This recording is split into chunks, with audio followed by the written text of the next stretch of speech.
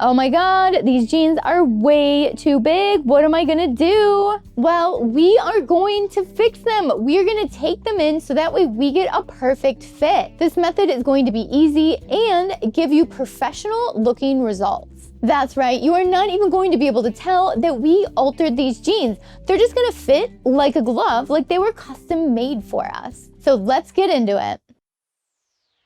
First thing you need to do is separate the waistband from the pant, and then you're gonna need to take it in. So pin up the waistband as tight as you want it, and pin up the pants as tight as you want them as well. And if you need to pin it going all the way down, that's totally fine. For me, I'm just gonna take it in right up here and blend it in to the seat. Also, when you're seam ripping that waistband from the pants, you're also gonna need to remove any belt loops that are in the way. And I want you to seam rip the waistband all the way to the tag on your denim. Today, we're seam ripping some Levi's. So we have the pants pinned, but now what we need to do is mark with chalk. We are actually gonna seam rip open this entire seam all the way to the very bottom. So I have my pants inside out. What I'm gonna do is mark both sides of the fabric where the pins are, so that way later I know where to take this in and how much I need to take it in. So after we've got that chalk there, we can remove these pins. And now we can see how much we need to take it in at the top, and that's a good 2 inches, and we need to blend into the seam. So the thing with denim is that it's made with a flat felled seam. So we can't blend into a seam and just take it in easily. It doesn't work like that. So the way this seam is made, it's rolled over on itself and flipped under and edge stitch and top stitch. So we actually have to undo this entire seam. And to undo this, we're gonna use a regular old seam ripper. I got it started up here at the top.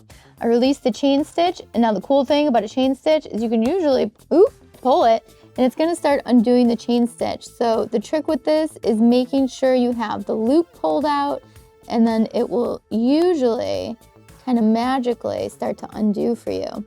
But it can be tricky to get out, so if you can't start your chain stitch to unloop, a regular old seam ripper is your friend.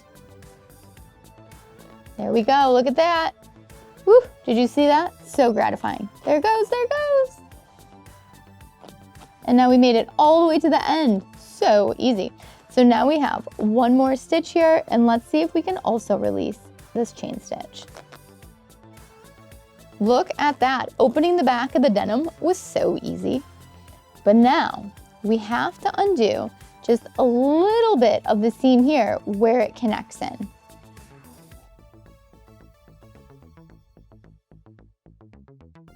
Now that our back seam is fully open, what we need to do is iron it flat open on both sides. So we're gonna go over to the iron and just iron this open. So now that I have that nice and ironed flat, we're gonna place right sides together and we're going to create a seam all the way down.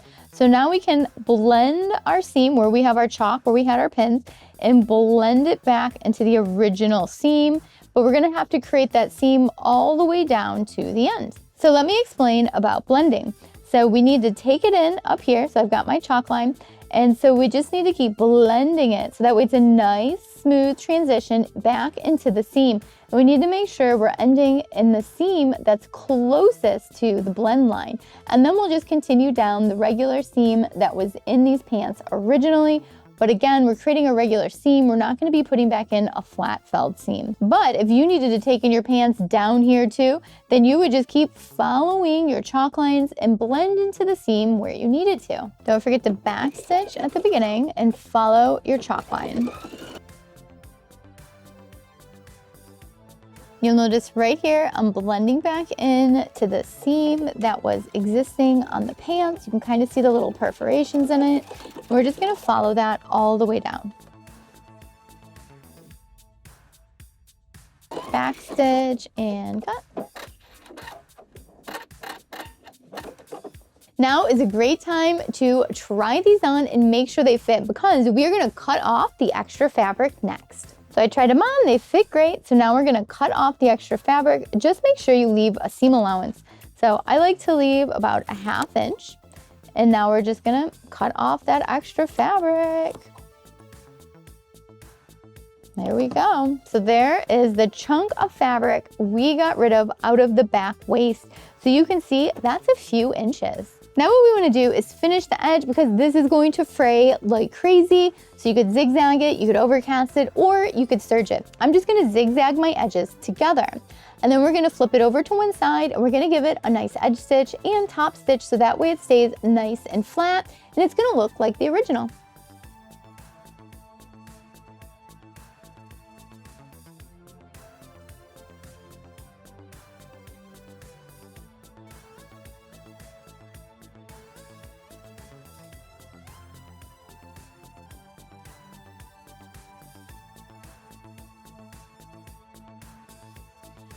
So you might be wondering, what do I do when I get to this big bump in the seam? Well, a great tool is the little hump jumper. So we're gonna take it and we're gonna put it behind the foot and it's gonna even out how the foot is going to go over that bump. So now it's not on an angle anymore, it's nice and flat. And after you do a few stitches, you might need to move the hump jumper, push it forward a little bit.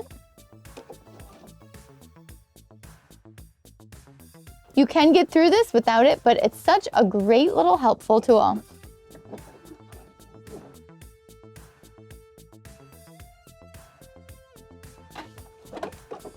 So we have our new seam, and then we have our edge stitch and our top stitch.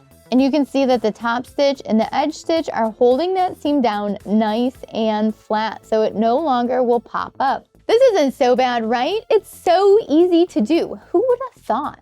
We only have a few steps left and then we get to try back on the jeans. So next we're gonna sew up that little hole in the crotch of the pants. So we've got this little hole here from us seam ripping this seam. So we're just going to flatten everything out and then sew back the edge stitch and the top stitch of the inseam. So it's gonna be really thick here, so go really slow. Now I'm gonna put back in the other stitch.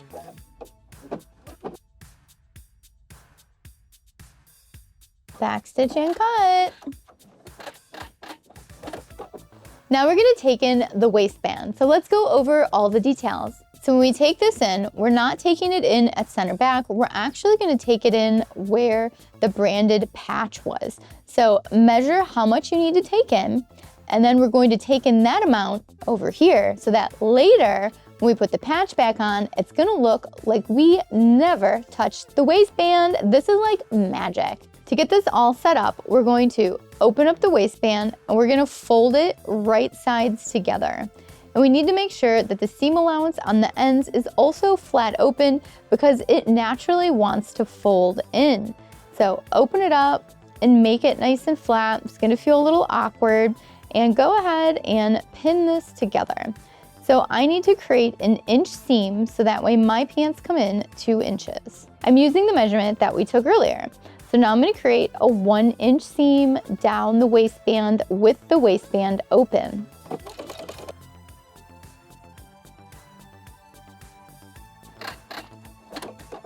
So now we have that 1 inch seam created, and now what we need to do is cut off some of it. So we're gonna leave a 1/4 inch seam allowance since this is inside of the waistband. We don't want it to be super bulky. We're gonna cut that down, and now we can just fold it back up like we never did anything. And here is the magic.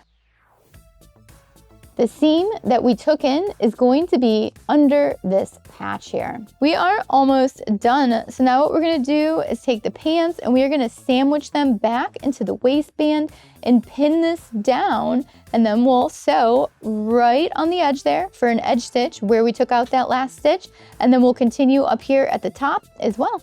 We are all pinned up and ready to sew. So I'm stitching right where I took out that stitch in the waistband. You can still see the little perforations in the fabric, so I'm following that as I sew. Backstitch when you get to the stitch that's already there. And now I'm going to put back in the stitch at the top of the waistband.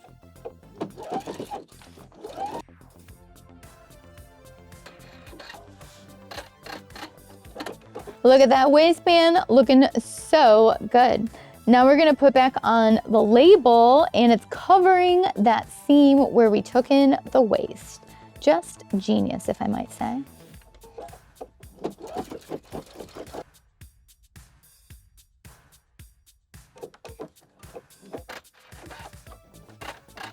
Last but not least, we're gonna reattach the belt loop. So we're gonna stitch at the top of it and the bottom of it, and then we are done.